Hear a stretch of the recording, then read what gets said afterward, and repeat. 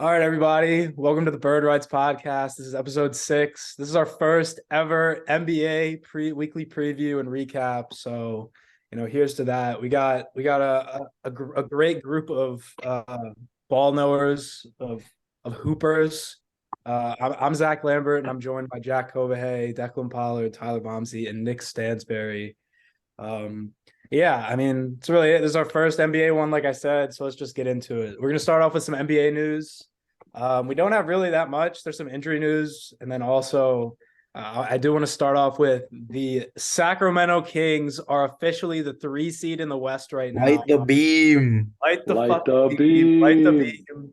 De'Aaron Fox and Domantas Sabonis have both been great this year, and this is like I don't want to like compare to football that much, but this is like the NBA equivalent of the Diggs Jefferson trade because the Pacers got Halliburton and then the Kings got Sabonis, and they're both like probably really happy with what they've gotten out of it so far. So I guess we'll start with that.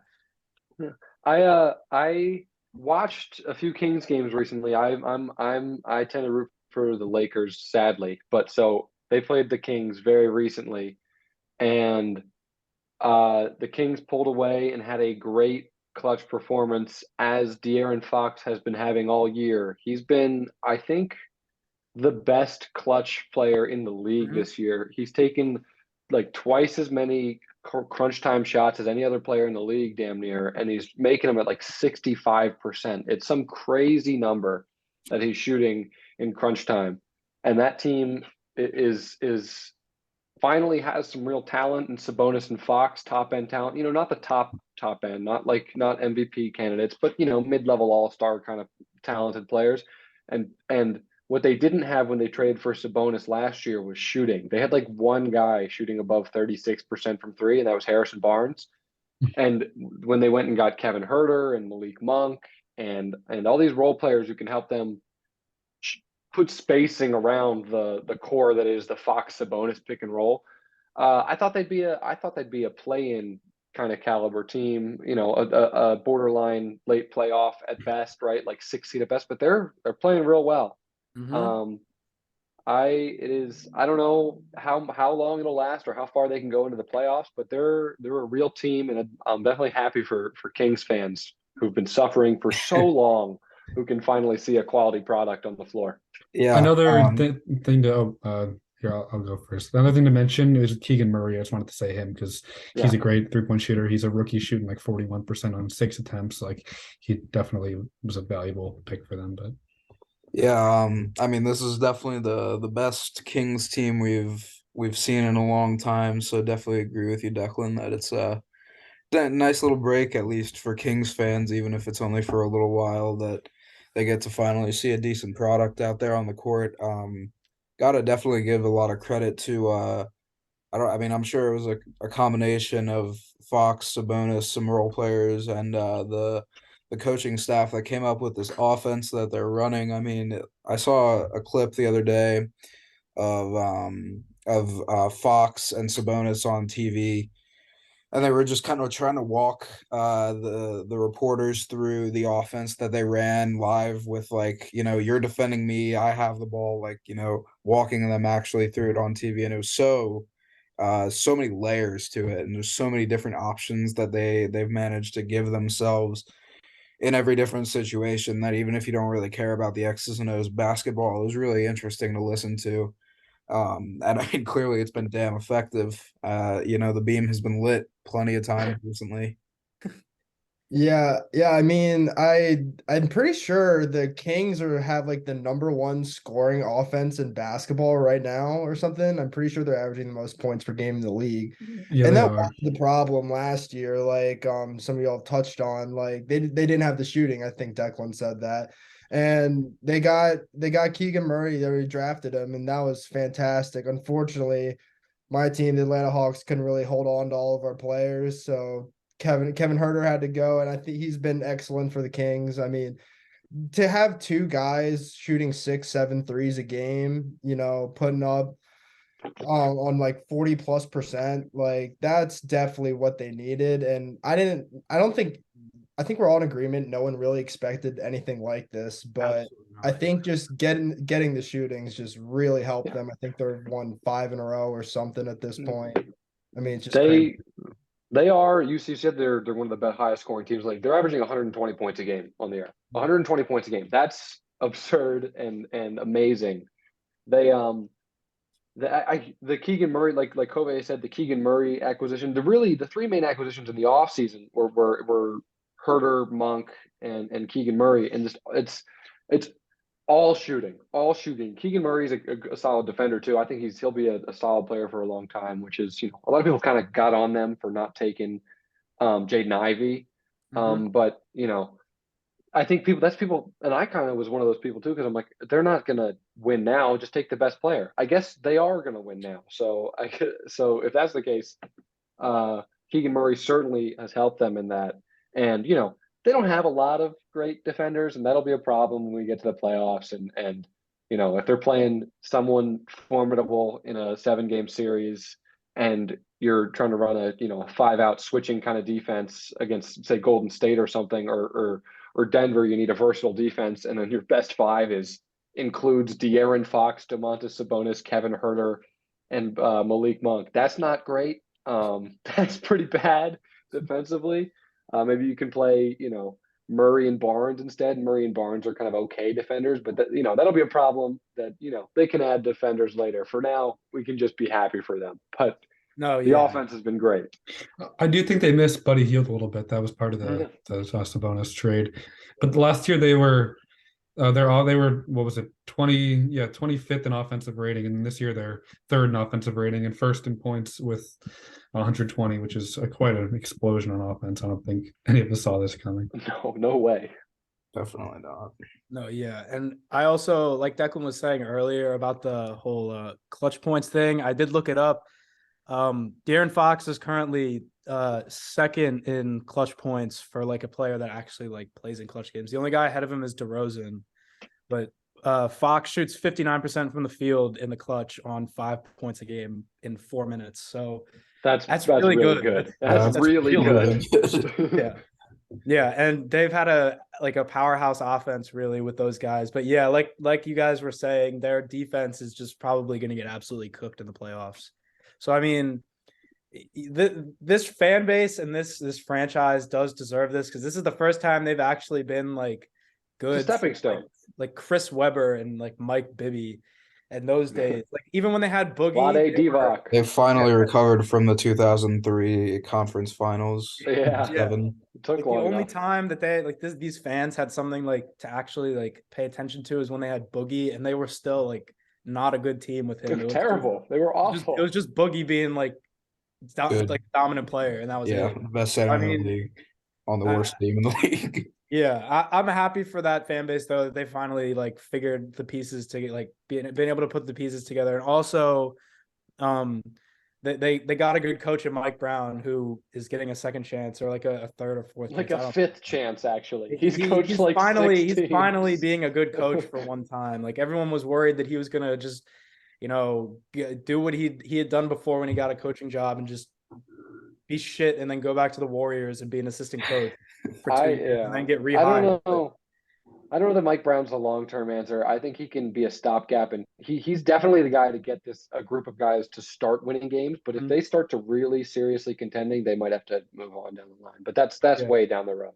Yeah, but this team has a good future. They're pretty young, and I do really like what they're building. But moving on from the Kings, in other news, just some injury stuff. We don't really have to talk about this. Just wanted to announce Christian Woods out for at least a week with a thumb injury, and then Mitchell Robinson. This seems like an annual, yearly thing. He's out for 3+ weeks with a thumb injury. Like it just seems like the dude's just never gonna play like a serious amount of games. He's talented, but like he's never. I was gonna say, man, every Knicks fan I'm friends with, whenever I talk about Mitchell Robinson with them, they just say, "Damn, man, I really wish he didn't get injured all the time. It would be really useful if we could actually, play him and rely on him." But he just cannot stay healthy, bro. He's one of the better defenders in the league. He's good. He plays, but so it's really unfortunate. I agree. It's like semi-annual. It happens like every 6 months. He's out for an extended period of time. Yeah, looking at his stats here, surgery on something. last year he played 72 games, started 62, which is huge. But before that, and other than that year, the most he had played was this year 37, and then next was 29 games that he started. So I mean, like he needs to be able to stay healthy to be a big difference. So Curry started. I don't know what that was, but yeah, I guess that's all we have for the news. But moving on in the more kind of news, but also trade deadline stuff. We have a Wizards fan here in this call, in this podcast. So we're gonna start with the Wizards, and there's been a lot of chatter about Kuzma getting traded and Hachimura getting traded. So I guess we're gonna start with Kobe on this. What are your feelings on getting these guys out of Washington for some? Well, I think Kuzma's definitely better than Rui. I mean, I think most people would agree with that. He just has a bigger role, and I think he does a better job in it. But so I want to keep him primarily. He is a little older, but not so much where it's a concern. But overall, the Wizards really don't have much hope. Like they have some like borderline all-star players right now, and it still doesn't seem to make a difference because Beal plays like 60 games a season. Porzingis is here, and I think he is a good player. I've seen it firsthand, but they can't be consistently like beating good teams. It's always been a problem. I don't really know what they have to do. Like I feel like they're so resistant to like fully rebuild. Like they've been finishing in like the top like 10 picks like every season, and that's just not really enough. They also have gotten a little unlucky in the lottery. Like they haven't gotten some big break that they usually like go down like 2 spots every time or stay the same, and they haven't had any sort of lucky break maybe since they got like Wall. So it's been kind of rough for the franchise. I think they just have to really tear it down, but no one even wants to take Beal's contract at this point. They should have moved him when his value was higher like a few years ago, I think.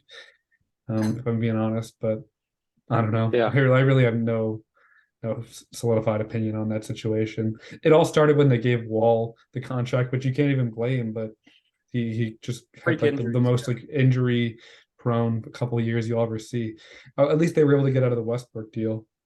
Yeah. I'm just gonna say before we talk about any, like, I'm sure at least one of you guys has a potential package you want to talk about. You know what team maybe one of them would get traded to. I'm just gonna say it does not matter. The Wizards have been mid for decades, and they're going to continue to be mid. And neither Kuzma or Rui realistically is going to bring you back enough to get them out of the rut that they're in. I used to be like kind of a Wizards fan when I was growing up, closest team to our area. I'm a Warriors fan now. I guess this is our first NBA pod, should make that clear. But yeah, I mean, I feel bad for them, but just to be realistic, it's not going to do shit. Yeah. I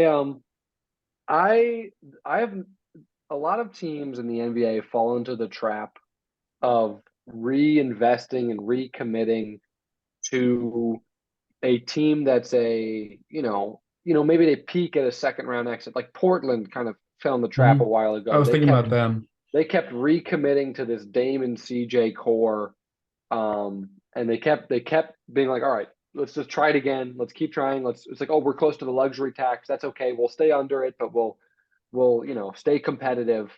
And that you can kind of justify because it's like, all right, you're making playoff games, you're selling playoff tickets, you're intriguing every year, it's fun. And then now Portland is outside the playoff picture and it's not looking great. But the Wizards, they keep reinvesting and committing and spending all this money, and they're up against the luxury tax. Like this is why one of Rui or Kuzma has to be traded, because one of them isn't going to be able to get an extension, and they're going to be up against the luxury tax, which it's fine. A team that's not winning too much shouldn't want to pay the luxury tax, but the 12 seed shouldn't be up against the luxury tax. If they keep reinvesting in this core, they're not even a favorite to make the play-in. Like they have an uphill battle to make the play-in, much less the playoffs. And it's not like, but they're still, they're too good to get a super high lottery pick to like restart the rebuild. It is the reluctance to just like Kobe said, blow it up blows my mind. Like I would trade everyone. I'd trade Beal. I mean, you can't trade Kristaps. He's probably untradeable right now, but I'd trade Beal. I'd trade Kuzma. I like Kuzma, but I'd trade him. Rui's probably one of the guys I'd keep because he's like 22. How old's Rui? Like 22, 23? Young. He's a young guy. 23, I think. He's around that age, I think. Let me Yeah, check. Kuzma's closer to 29. I Kuzma think. 24, and actually, Rui's 24, and he'll be 25 actually in a few days. Damn.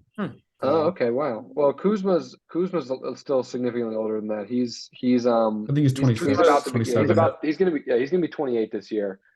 So I guess it's closer than I thought, but still, it's I can't imagine just continuing to like tread the line of the luxury tax with a team that like barely has a chance to make the play-ins. Like that's wild to me.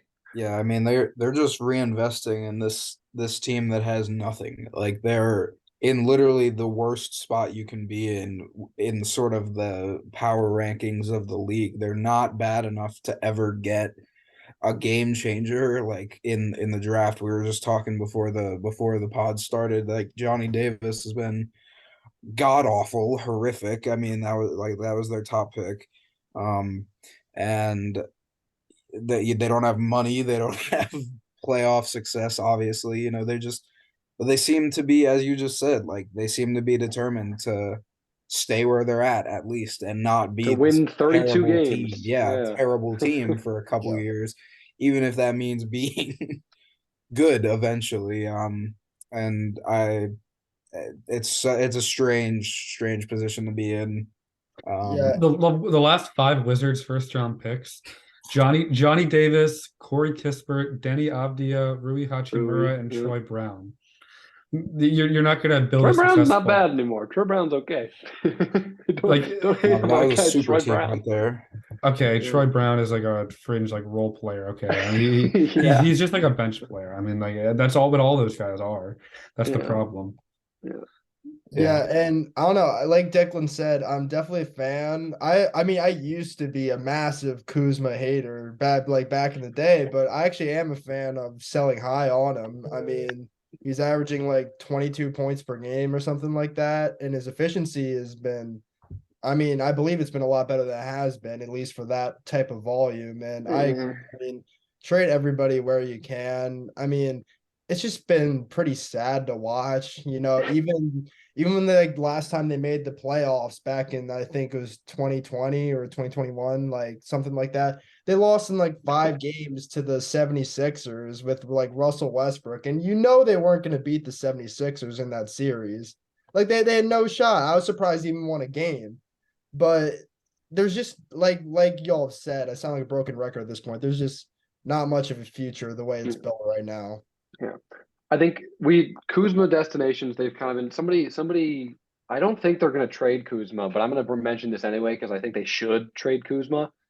Somebody mentioned, I mean, Kuzma could help some teams. Milwaukee and Brooklyn were two that 100%. came up. Kind of like a big forward that can guard and rebound. Milwaukee, I think, would make a lot of sense if they can make something work.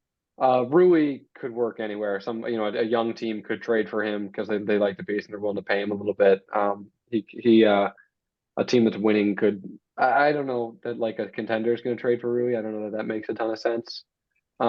He's a good player, but I don't know that some contenders going to that's how they want to spend their resources. I think guys would rather have a guy like Jay Crowder, a veteran or something like that for the contending teams to trade for a guy. But as much as I hate Jay Crowder, but point stands.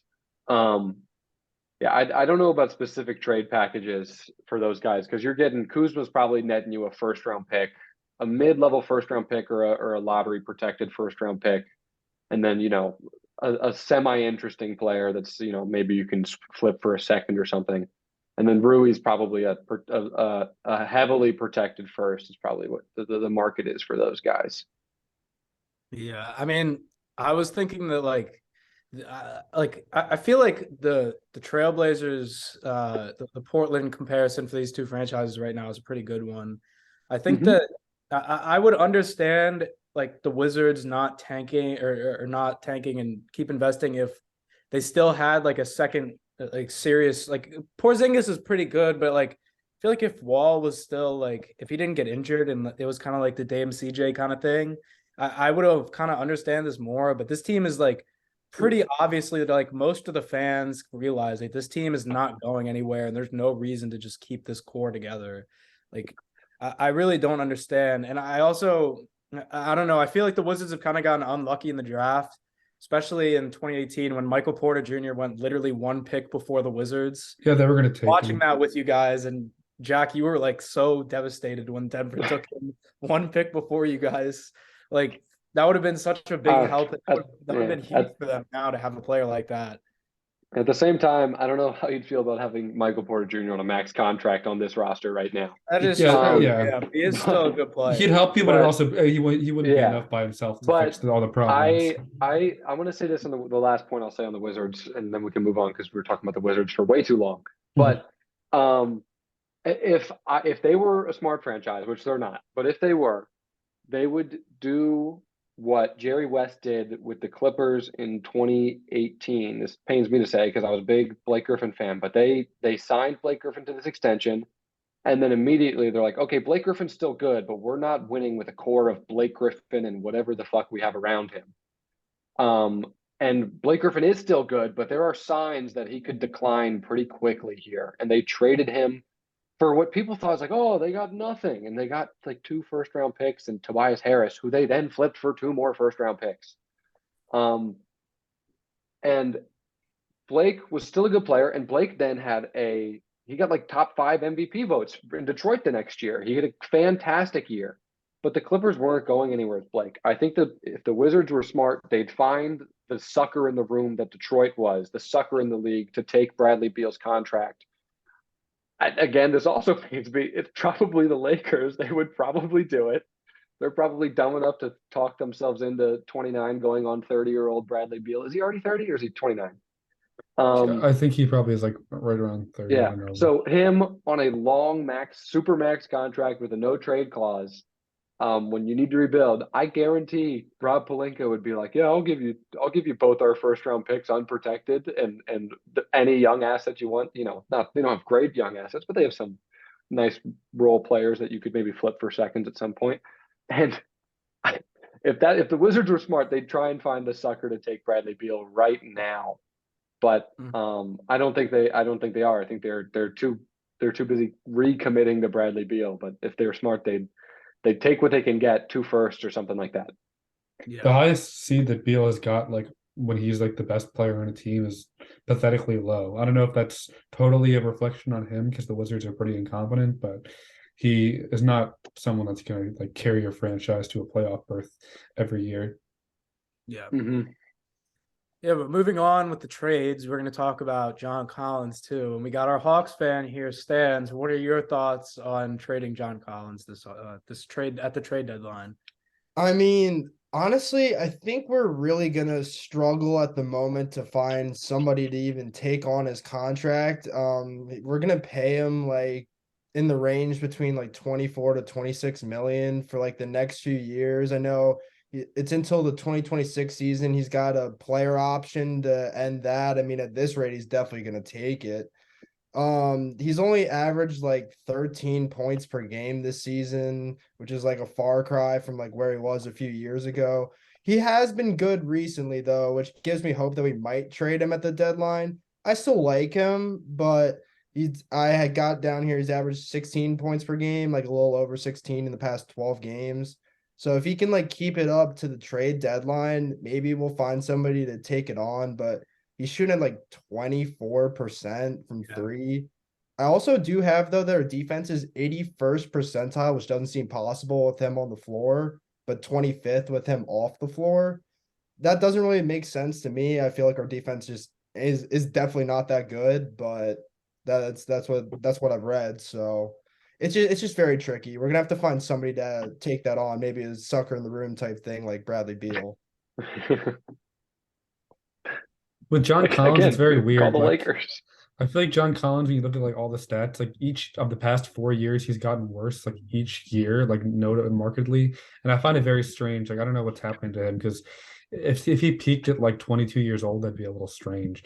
When he was still a steal in the draft for where he was picked 19th, but it makes you wonder like. I don't know why he is regressing like this. He could go to a new team and find himself again, but it would need to be a bit of a revival.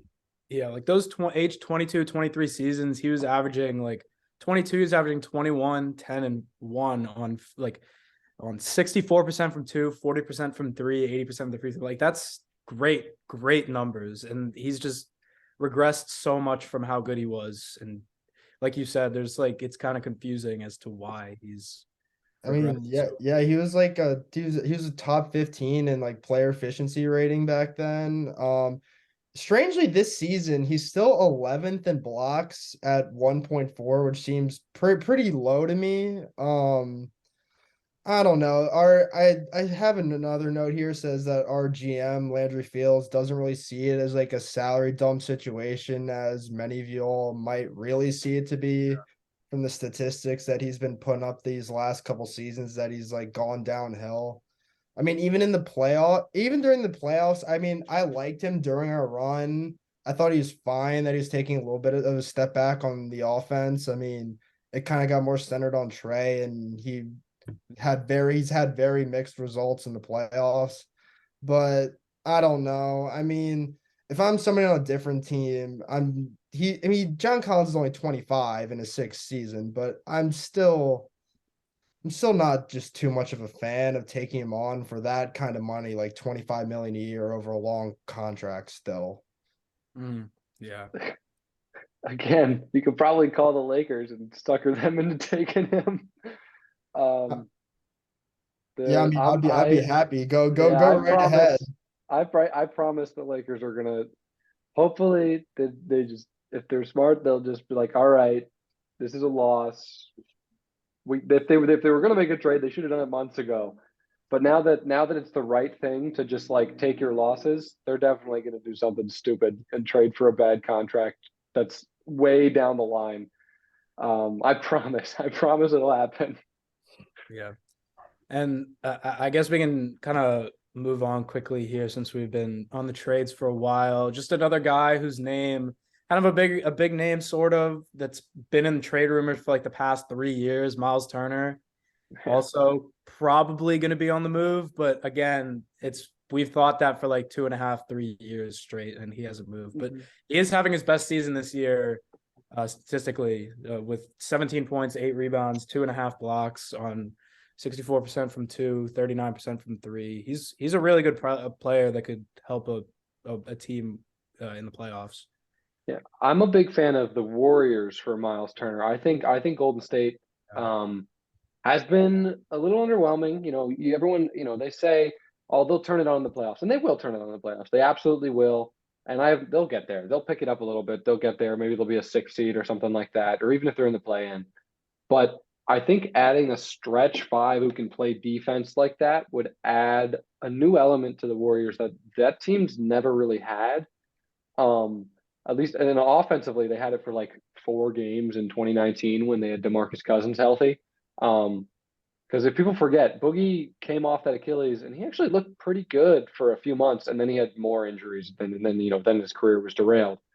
But seeing Steph with a 5 who can really pick and pop, and a 5 who can really protect the rim next to Draymond in some of their main sets and their starting 5. I don't know if you'd close with him. You'd probably stay with the smaller lineup for closing, but I think Golden State could put a package of, one of Kuminga, maybe Kuminga's in the deal, who's been playing better. But he's also been in and out of the lineup. And then a first round pick and a young player, or maybe if the Pacers have any interest in Wiseman. I don't know what Wiseman's value really is, but I think Turner should be on the move. We've said this for a while, but I think this year it actually happens, because it sounds like they were going to try and do an extension with Indiana and it didn't happen. So I think they're going to want to get something for him, and one of these contenders, one of these teams who wants to be contenders, can make a move for him. Whether I saw that thing, although I like Claxton. Yeah. There's some interesting ideas out there for teams that could use his skill set. I was also going to say really quickly here, for Miles Turner and the Pacers, we do remember they did give that contract to Ayton and when he was restricted over the offseason. So they're definitely Maybe interested in getting Phoenix. off him. Maybe Phoenix. Maybe they revisit that. Or I don't think they Yeah. can they? Isn't there a rule about trading for Aiden since they signed the offer sheet? Yeah, I I don't think think they there can do is. that. Yeah, they can't. Maybe in the offseason they'll revisit something, but It's still I don't wild to think. me that Miles Turner is only 26 years old. Like he feels like he's been in the league for forever, but he's like the same age, as like younger than Kuzma, for example, which is pretty All I'm funny. gonna say is, I said it earlier, I'm a Warriors fan. If the Pacers, for God knows what reason, wanted to take James Wiseman from us, like our first round pick, that's probably gonna be like, I don't know, 25th at best, maybe. Maybe I'm overestimating us a little bit. I'm a fan. 20th maybe at best, and Well, they're gonna have Kuminga. Like, I mean, bro, give us Miles Turner. I'll do that all day. the way the NBA draft works is your pick is where you finished in the regular season, even if you win the final. So if the Warriors are like the 6th seed in the West, that'll be like the 17th pick. It'll have some value. Yeah, but not enough Point value. your point stamps. Your Yeah, point not enough stamps. value that I care about it. Yeah. Yeah. It has value to Indiana. Yeah, it has more value to them than us. Yeah, for sure. For sure. Yeah. So some other names that could be on the move too. Just we don't really have to talk about these guys unless we have some points. Bojan Bogdanovic for the Pistons. Emmanuel Quickly's been brought up a few times. Jordan Clarkson possibly, and I honestly think, I think a lot of the Pistons players, or not Pistons, the Hornets guys could be getting traded this trade deadline. Oh yeah, PJ Washington's probably. PJ Washington. Trying to think who else. Terry Rozier maybe. Oubre. Yeah, they have a lot of guys. Like a Sure, lot of. I'm sure they want to get Mason off Hayward. Plumlee or whatever. Mason Plumlee probably could be gone. I'm sure they want to get still off there. Hayward, but they can't. Yeah, they won't be able to get off that.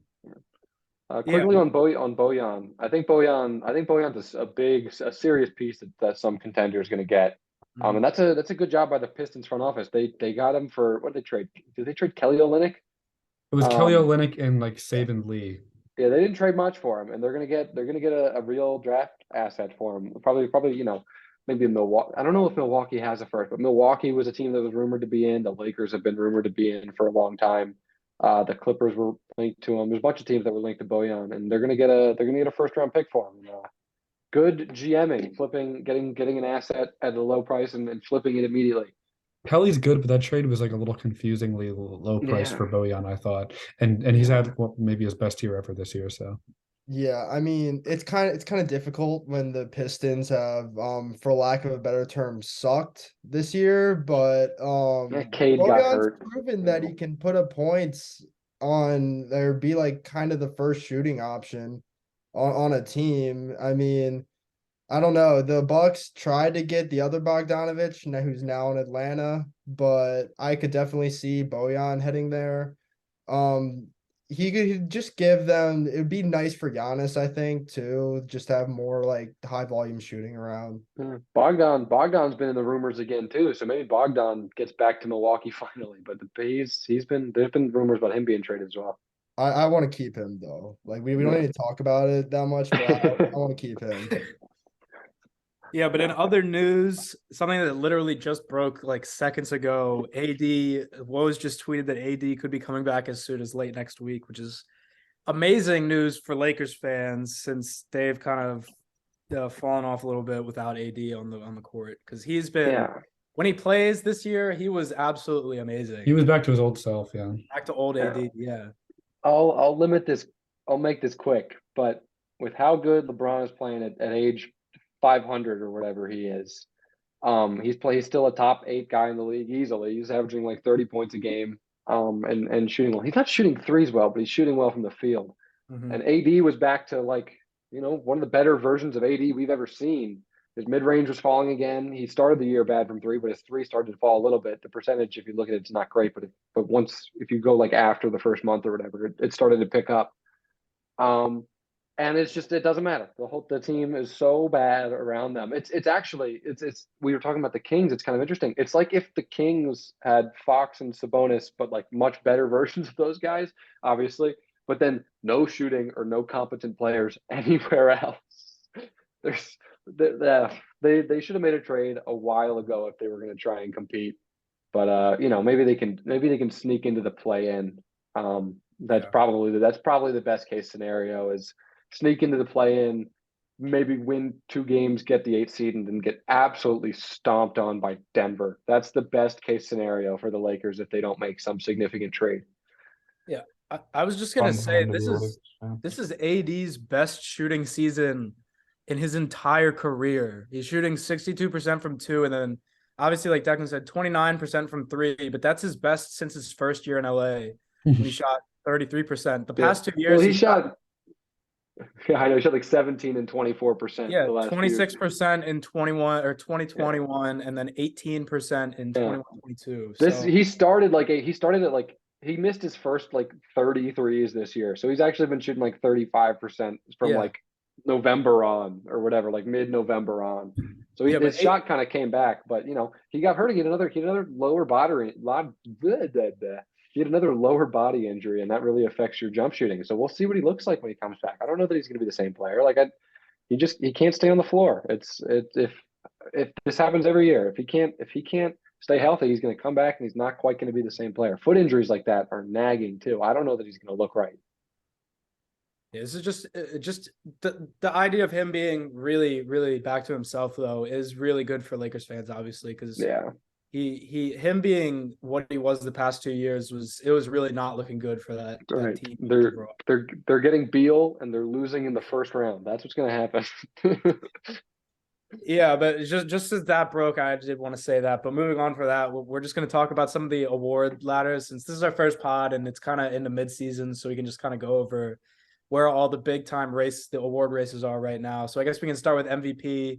Currently, the NBA, I went off of what NBA.com had for most of these. Their MVP ladder, which came out yesterday, has Jokic at 1, Jason Tatum at number 2, Joel Embiid at number 3, Luka at number 4, and Giannis at number 5.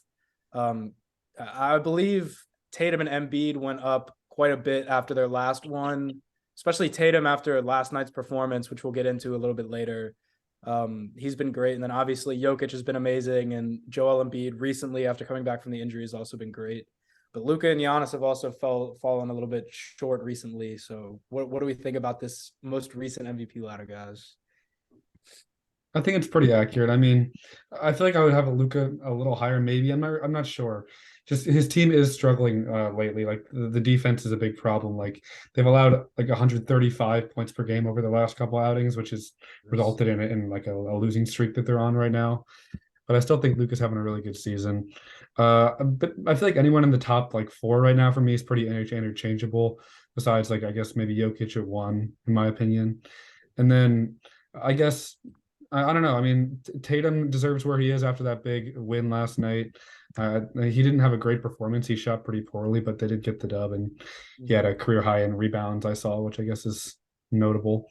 And then, yeah, Jokic is only a couple assists away from averaging a triple double on like the best volume shooting we've ever seen. So I think he deserves it on the 1 seed, especially. Yeah, I think I agree. It's the only thing that's really hard to argue with is Jokic at 1. He's, as we all know, as we've liked to talk about in our chat for a lot of the season, it's come up quite a bit. Jokic is breaking a lot of the advanced statistics that the NBA uses right now. Not necessarily just the NBA, basketball reference created statistics and things like that. And he's like Jack just said, he's on the 1 seed. He's clearly leading his team. I mean, he's gotten it the last couple years. He's super close to averaging a triple double. And I mean, I understand that certainly this isn't necessarily the most the biggest part of it, but I feel like this is just been the most exciting year to watch Jokic. Like, I mean, some of his passes, although they've always been flashy, have just been unbelievable this year. The step back game winner the other night that he had, there's just been so many exciting moments, which I feel like was one of the big knocks on him a little bit was that he's getting it done, but he's not doing it in the most exciting way. I just feel like he's brought up that aspect of his game. Again, like I said, I understand that that's not the biggest aspect, but for me at least, it's just something he's even brought up another notch this year. Yeah. I mean, Yeah. I would also kind of go Jokic number one. What I more like struggle with though is I don't want to put any of these guys at number four Yeah. that are in the top Yeah, I four. can. Like, I don't want it to be Doncic because of his incredible stats they're putting up, but they have lost a couple games recently. I would say it's not his fault though for most of it.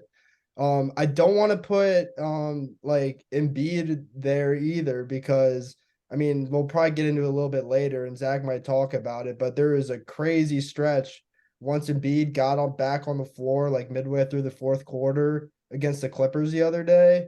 And the Clippers just didn't score for like the next like 4 minutes or something. I'm gonna go Like, pull up that stat now so we can talk about it.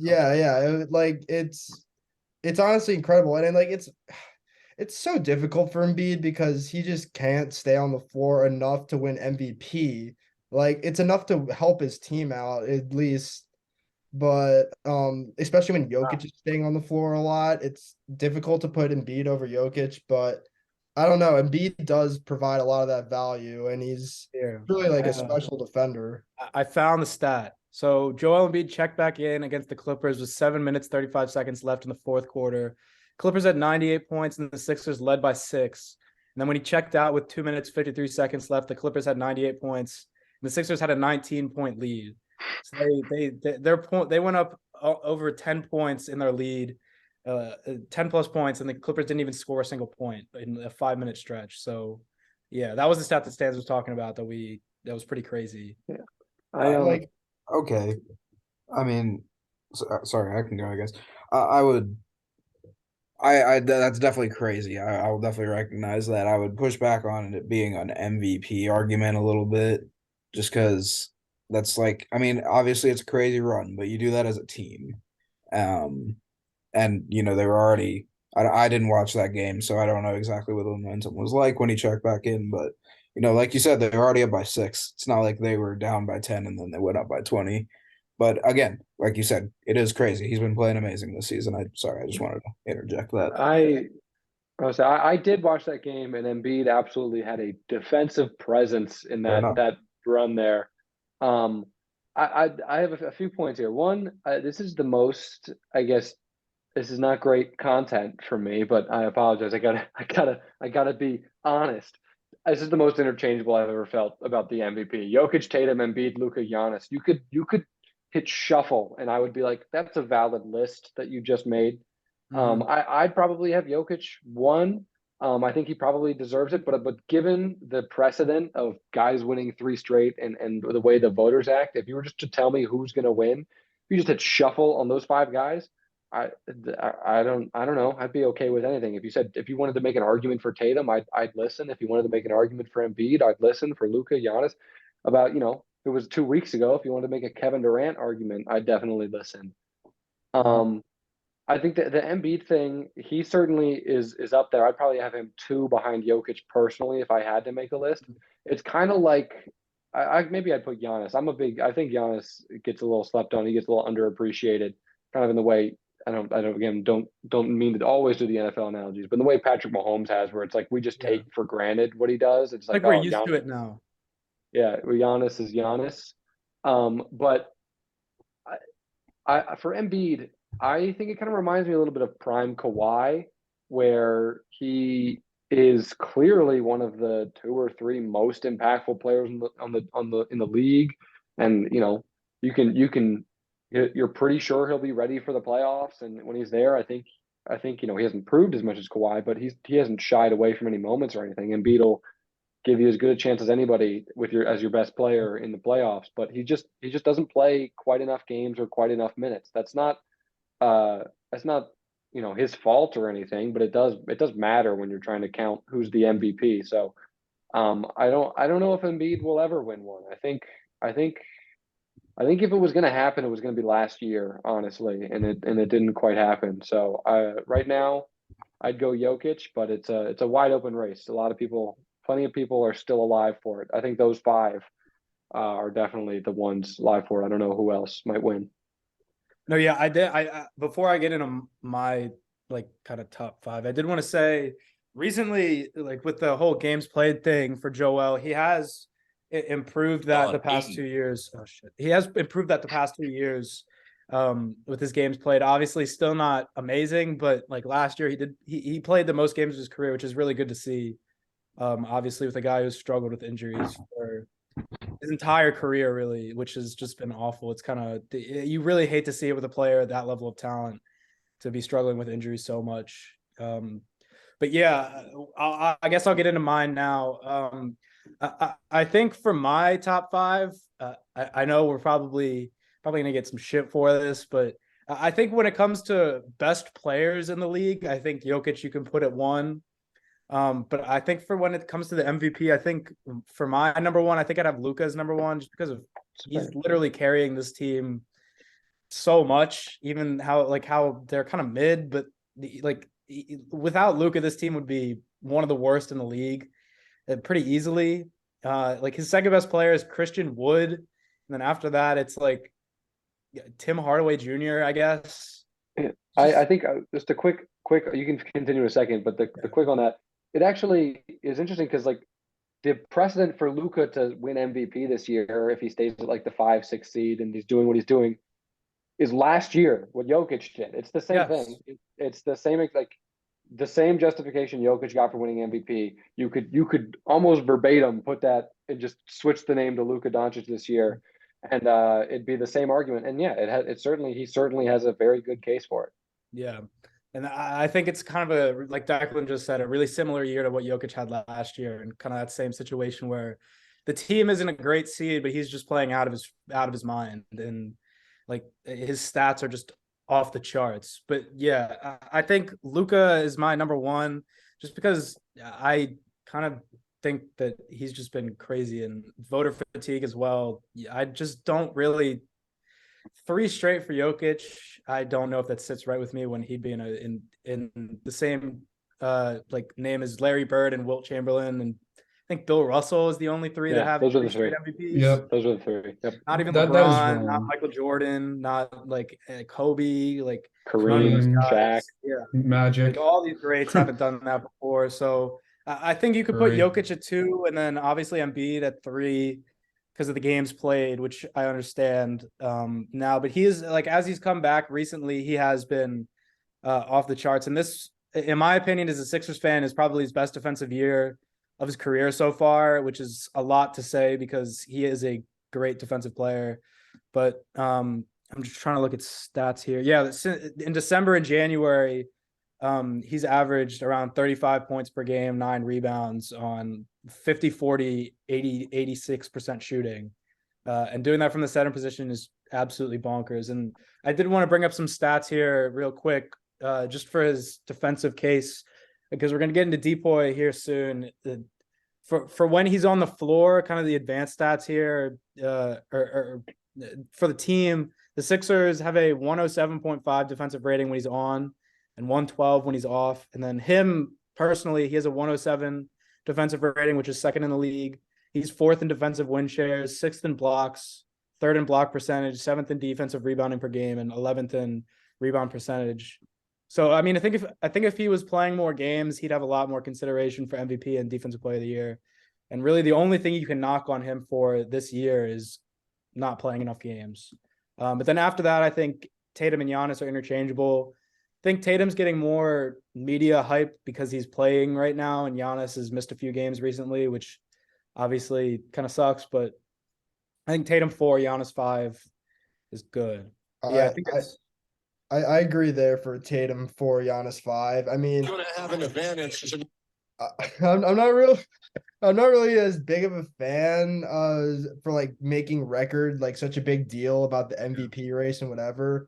But at the end of the day, right now, Boston is, I believe, number 1 in the Eastern Conference.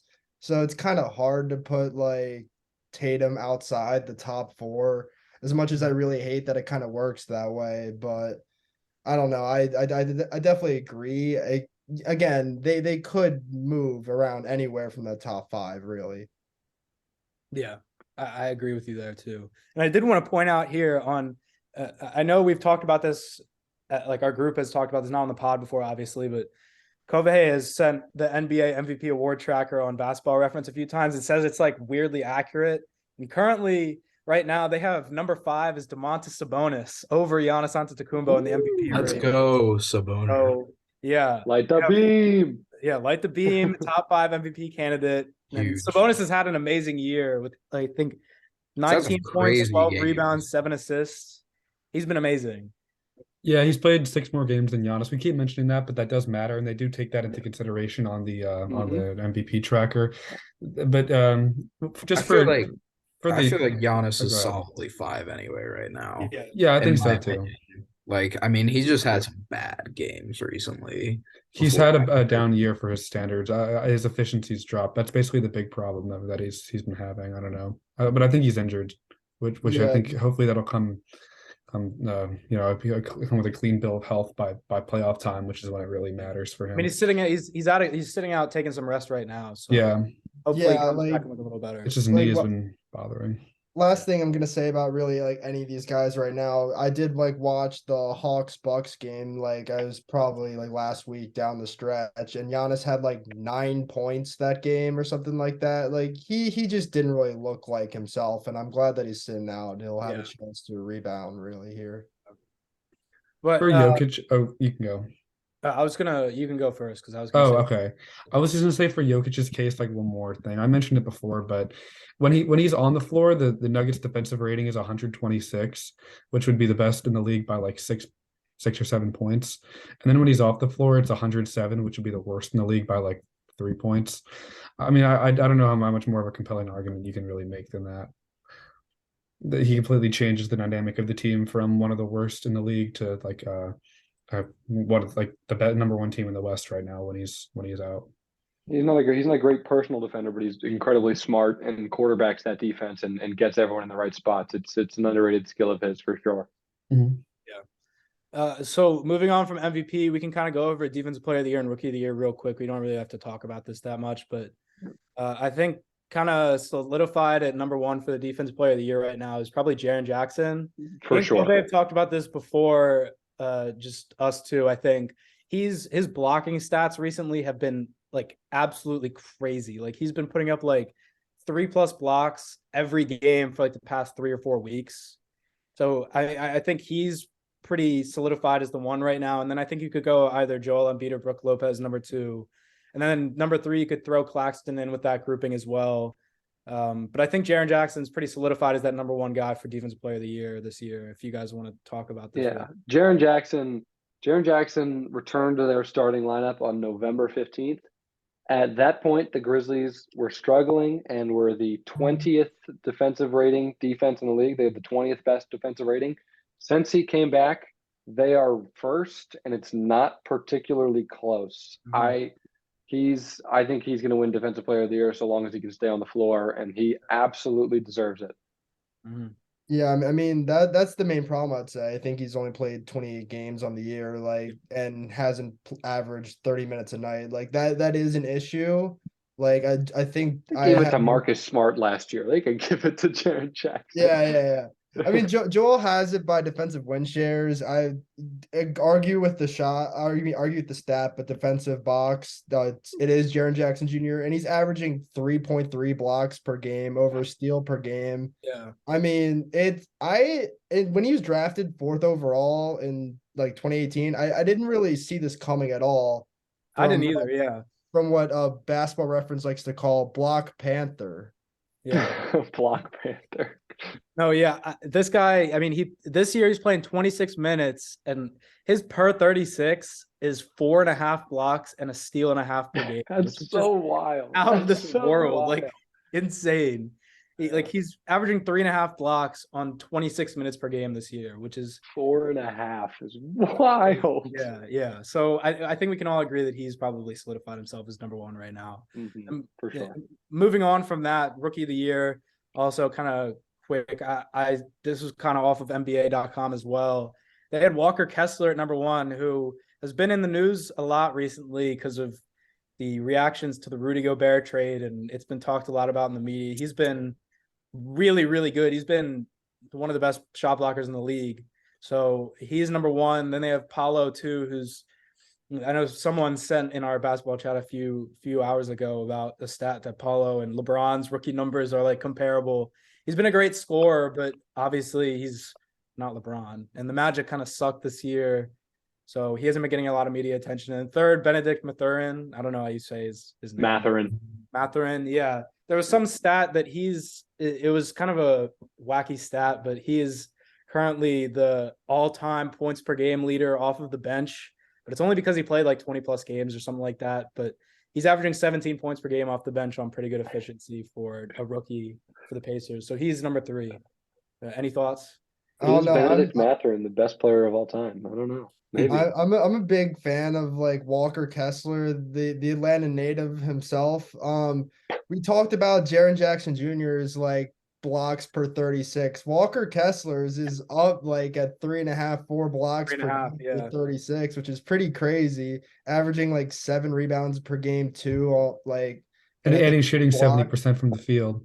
And shooting 70% from the field on like 20 minutes a night to average like 7 boards and 2 blocks. Like, it's crazy. I don't know. Personally, I hope that it goes to Walker Kessler, not that he doesn't deserve it, but simply because it would cause all Timberwolves fans an enormous amount of pain. Because they gave up him and then 4 more first-round picks and then 2 more pick swaps for a guy who's not good anymore. Yeah, that's going to be really bad. I'm sure we'll talk about that another time in depth. But that is going to be really bad. We might need to wait till like the off-season or the All-Star break and do like a episode about that. That's gonna be Nets Celtics, Paul Pierce, Kevin Garnett bad. That's gonna be really bad. Yeah, because even if the picks aren't like quite as high as the Celtics got, they didn't have to absorb like $45 million a year for like 3 or 4 years after this, which is a lot. Yeah, I guess the one positive you can look at from a Timberwolves fan is, I mean, those, like you guys said, those picks aren't going to be as bad as those picks the Celtics got, because Ant and Cat will probably keep that team above water at least for like a play-in level, I guess you could say. Yeah, they're going to be stuck in mid forever. So, yeah, the Wizards. Yeah. Horrible. They're the Wizards. They're the Wizards, I guess if the Wizards couldn't have Johnny Davis every year, it'd be okay. But that's kind of what they are. They're the Wizards without any draft picks. Yeah. Declan, you had the Wolves as first in the West. It's private information that you don't need. I just thought of that. I mean, I thought they'd be good too. I thought the regular season formula was going to work out for them. I didn't think Rudy was going to fall off a cliff. Yeah. I thought they were going to have a great defense because Rudy was going to help them with that great defense, and I thought Ant was going to take a step forward. And I actually thought they'd lose in the first or second round as the 1 seed, but I thought they'd win 55, 60 regular season games. I really thought they were going to do that with Rudy Gobert. And I think technically they could still win 60 games if they win out, but their defense actually got worse from last season. I'm not really sure how that happened. That's insane. Well, yeah, no, it happened because Cat has to guard wings. Yeah. He can't do it. Like you can't ask Cat to guard anybody, much less. And they lost Pat Bev. They lost Pat Bev. That's why. The true leader for DPOY. But Pat Bev's the worst player in the league, but that's besides the point. But yeah, other than Walker Kessler, I did want to say Paolo is having an amazing year for rookie. He's 21 points, 6 boards, 4 assists, and some of his advanced stats. He is, it's kind of hard for rookies to be positives on the floor, and he's a positive on the offensive box plus minus, and he's not even that far off of positive on defense as well for a horrible Magic team. So he's been really good, and people were wondering if he was even going to be the first overall pick. A lot of people had him going 3rd. And the Magic to get him has been a good pick for them. So good on the Magic and their front office for picking him. Yeah. I say one more thing on Minnesota real quick. They should be happy they kept Carlos Correa, right? Because that city's awfully tortured right now. They don't have a top 30 NFL team. They have no draft picks going forward. And the Twins are never good. So the Minnesota's tortured. They have no draft picks in the NBA. The Vikings clearly are not a top 30 team, as we've established on this podcast. It must be miserable being a Minnesota sports fan right now. That's all I have to say. I mean, at least I know, I'm pretty sure Minnesota, if it's anything like Wisconsin, where one of my close buddies from, they got a lot of bars up there to kind of drink the pain away in Minnesota. So Hey, they can drink away the pain. They can drink it away. But yeah, moving on from the awards, I guess we can get into just some recaps and then our picks of the week for game of the week. I guess I can just go over some of our top games here. Just yesterday, we had the Celtics beating the Warriors 121-118. Tatum, like we said earlier, had 34, a career high 19 rebounds, 6 assists. He didn't shoot well, 9 for 27. Horford had 20 and 10 on 8 for 13, and then Curry had 29, 4 and 7 on 9 of 25. No, Tyler's a Warriors fan, so do you have any Fucking thoughts on hate this Al game? Horford's bitch ass. Needs to retire already, bro. I don't know. Like every time every time he plays a team I like, becomes God. And every time he plays someone and I want him to win, he sucks. Yeah, I mean, I also don't really like Horford because of what he did for the Sixers. He was just horrible. But So hey, at least Curry made a half court shot, so that was cool. I did see that highlight. That was a pretty That was a insane. cool play. Yeah, but I'm pretty sure the Celtics had a comeback in this game as well. So they were down big when I checked sometime last night. So They did, yeah. but I mean that like kept their win streak alive. They're up to like an 8-game win streak right now, or Yeah. something like that. Like I think I got here. They have a 4.5-game lead in the Eastern Conference. Like they're kind of pulling away. So I mean, maybe you could argue they definitely should have won that game, probably because they're just that high up. But And they're at home, and they should have been the favorite. But I don't know by how many points. I assume they were definitely favored. But and now that the Warriors are sitting like their entire roster tonight, if anyone saw that, I'm not really sure. It's like they're not really taking this regular season serious whatsoever. It looks like, and I guess we'll see. I mean, they should be able to get an okay seed, you would think, but we'll see if it pays off in the playoffs. I was literally looking at the notes beforehand. I was like, oh, what's my game of the week be? And I was scrolling through ESPN looking for one. And I was like, oh, the Warriors game tonight could actually be pretty good. And right as I was thinking that, I got the notification that said Warriors sitting Steph, Clay, and Draymond. yeah, And I was like, Wiggins. well, or sorry, Wiggins. Yeah. I was No, like, both of them, well, I think. yeah. oh I my was like, god, well, glad I saw that. Yeah, I mean, Um, we'll just see if it pays off for them coming into the playoffs because maybe they do like their starters and their guys do get that rest and are ready to go for the playoffs. But it's kind of rocky for them right now. But you never know. It's a team with plenty of experience, so they're going to be fine once the it'll playoffs. be fine. But moving on from that, another game, Grizzlies Cavs. I think we all saw the highlight of the Dylan Brooks block. And he's been really good on the defensive side of the ball. But Ja had 24, 2 and 8 on 9 of 19. Desmond Bane, who's been electric this year, 25, 4 and 4 on 8 of 17. And then Garland had 24, 5 and 14 on 7 of 17. And I did want to say Desmond Bane has turned out to be an amazing player for the Memphis Grizzlies. Like he's a great number 2, I guess you could say. He's a great shooter too. So they have something really good going on in Memphis, and they're battling for the 1 seed with the Nuggets right now. Yep. which is pretty incredible. I mean, I wasn't really the biggest Desmond Bane fan at all, or even Dylan Brooks as much for that reason. But I mean, the Grizzlies are the hottest team in the league. They're on an 11-game win streak, which is pretty incredible. They just seem to have everything like pretty well like meshed together. I think they've got some really quality chemistry, especially after like Jaren Jackson Jr. has been playing really good. I don't know. I never saw this coming in like a million years that they'd be fighting for the 1 seed. I thought they'd be good, but not quite that good. I mean, Taylor Jenkins is a great coach too. We believe the top 3 or the top 4 teams in the West are Denver, Memphis, Sacramento, and New Orleans right now. Yeah. That's doesn't make rare. any sense. I can't believe it is the answer to the question. You couldn't have convinced me with anything that this would have been that the Kings would be the 3 seed. It's wild. Yeah.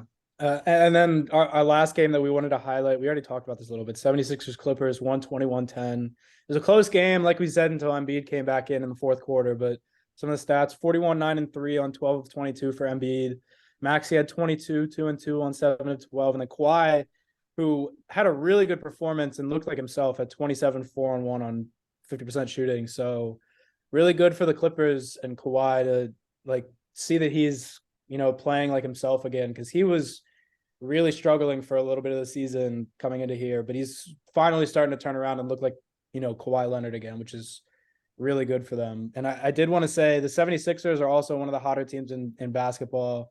Just some stats. Right now, they're 4th in D rating, 9th in offensive rating, 5th in net rating, and they're 3rd in the East now, with Harden leading the league in assists per game and Embiid 2nd in points per game. So, as for me as a Sixers fan, if I hadn't said that already, it's really good looking for us right now. Really positive stuff for us. But yeah, that's that for the game recaps, and then we have our Bird Rights Boys game of the week picks.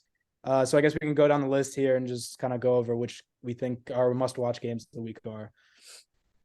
Yeah, I'll go first. I have a budding rivalry over the past few years. It didn't get the game we wanted on Christmas because Steph wasn't healthy, but Grizzlies at Warriors this coming Wednesday at 10 p.m. Eastern, 7 p.m. on the West Coast where I live.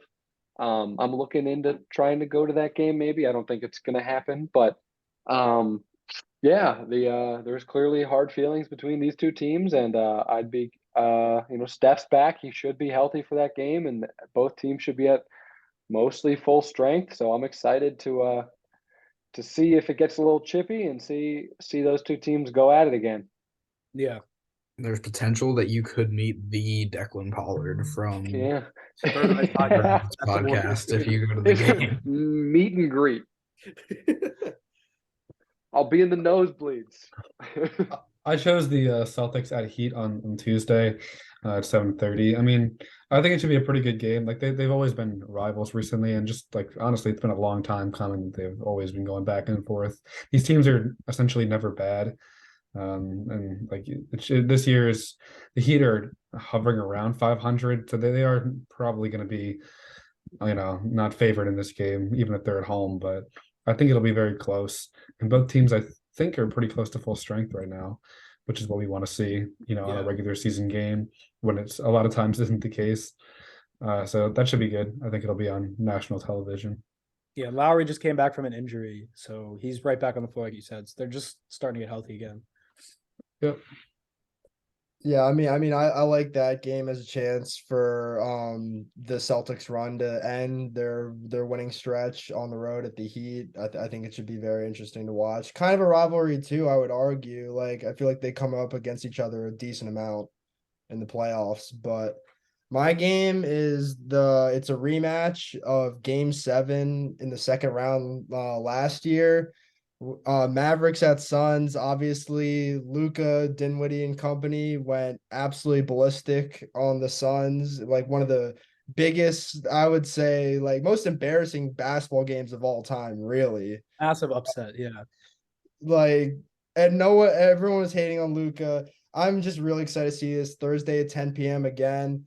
There's going to be no Christian Wood, I think, after his injury, I believe, in the Atlanta game at like after that, I'm pretty sure. There might have been one in between if I'm forgetting. But so the Mavs will be a little bit shorthanded on the road. Suns have been a little banged up, but I think they should have everyone there by Thursday. So I don't know. I think it's going to be a fun one to watch. Yeah, that should definitely be a good one. Hopefully, it can be more competitive than Game 7 last year. I went away from the traditional rivalries a little bit for my game. I cheated a little bit as well. Picked two. Went with a little Nuggets doubleheader. First off, we get to see them, number 1 seed in the West, take on the Pelicans Tuesday at 8. Get you through your boring ass Tuesday. Two of the top 4 teams in the West coming head to head, and then. On Wednesday, assuming that Giannis is back, which according to a report I read before the podcast, he should be by then. They're taking on the Bucks the following day, Wednesday, on the road at 8 p.m. And I think that should be a great series of 2 games. Pelicans, even though they're without Brandon Ingram right now, hopefully they can make it a competitive game, come out with something to prove, and show that they deserve to be up there with the big boys in the West. And then Bucks, as we kind of talked about before, Each of them's got an MVP candidate. It'll be great to see a clash of two of the best players in the league. Yeah. Yeah. Two good games there. And then for my pick, I picked Grizzlies at Kings, which was gonna be on Monday at 10:30. Two really young teams that are top 2 seeds in the West, or top 3 seeds in the West, number 2 seed, number 3 seed. And young players, De'Aaron Fox, Domantas Sabonis, Jaren Jackson, Ja. I think it'll be a really electric matchup. We're hoping for the beam to be lit again. And I hope that the Kings can beat the Grizzlies, but I think it's going to be a really exciting game with two really exciting teams coming in on a Monday night. So that's my game of the week pick. But moving on from that, we have our final thing before we wrap it up, the annual Nick Miller trivia question. So Declan, take it away. Yep. Nick Miller's not here with a question, so I am taking that honor on, and it is a multiple choice question. Right. I got the which notes of these Everyone Which get of your these, notes out. get your notes up and be ready to show me on the screen what you wrote down. Who of these four players, was the 5th pick of the 2012 NBA draft? Was it A, Cody Zeller, B, Dante Exum, C, Thomas Robinson, or D, Damian Lillard? Can you go through the options again? I was pulling my notes up, my man. Yes, I can. Who was the 5th pick of the 2012 NBA draft? A, Cody Zeller, B, Dante Exum, C, Thomas Robinson, or D, Damian Lillard? I have mine. I also have mine. Kobe? I picked Thomas Robinson. All right. Zach? Pick Cody Zeller. All right. Stans? I picked Dante Exum. Okay. And I also Tyler? picked Dante Exum. Can't really see The it. answer You is picked Dante Exum, like yeah. the beam, Thomas Robinson of Ooh, the yes. Sacramento really? Kings. Let's Wow. Kobe go. gets the win. Let's go.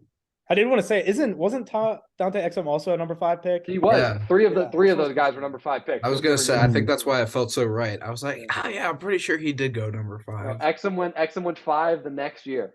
That was a tricky Oh. question for that Yeah. sense. All right, so Kobe gets a number 1.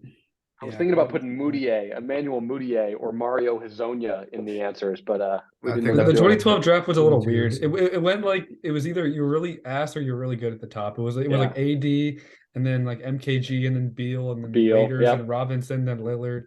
You just like up and down. crazy draft, crazy talent. But yeah, that about wraps it up for us here today at the Bird Rights Pod. This was our first basketball episode, so make sure to tune in when we post one next week. We'll probably have one around late next week, maybe around Friday again. We don't really know. Either we're doing around these next weekend or early the week after. We might switch this to being a Monday thing. But thank you for listening. If you're here, then catch us on our next episode. Hopefully, will be our baseball podcast this weekend. So Yes, thanks for sir. listening, and yeah, this is the Bird Rights Podcast. Peace. See ya. Thank you guys.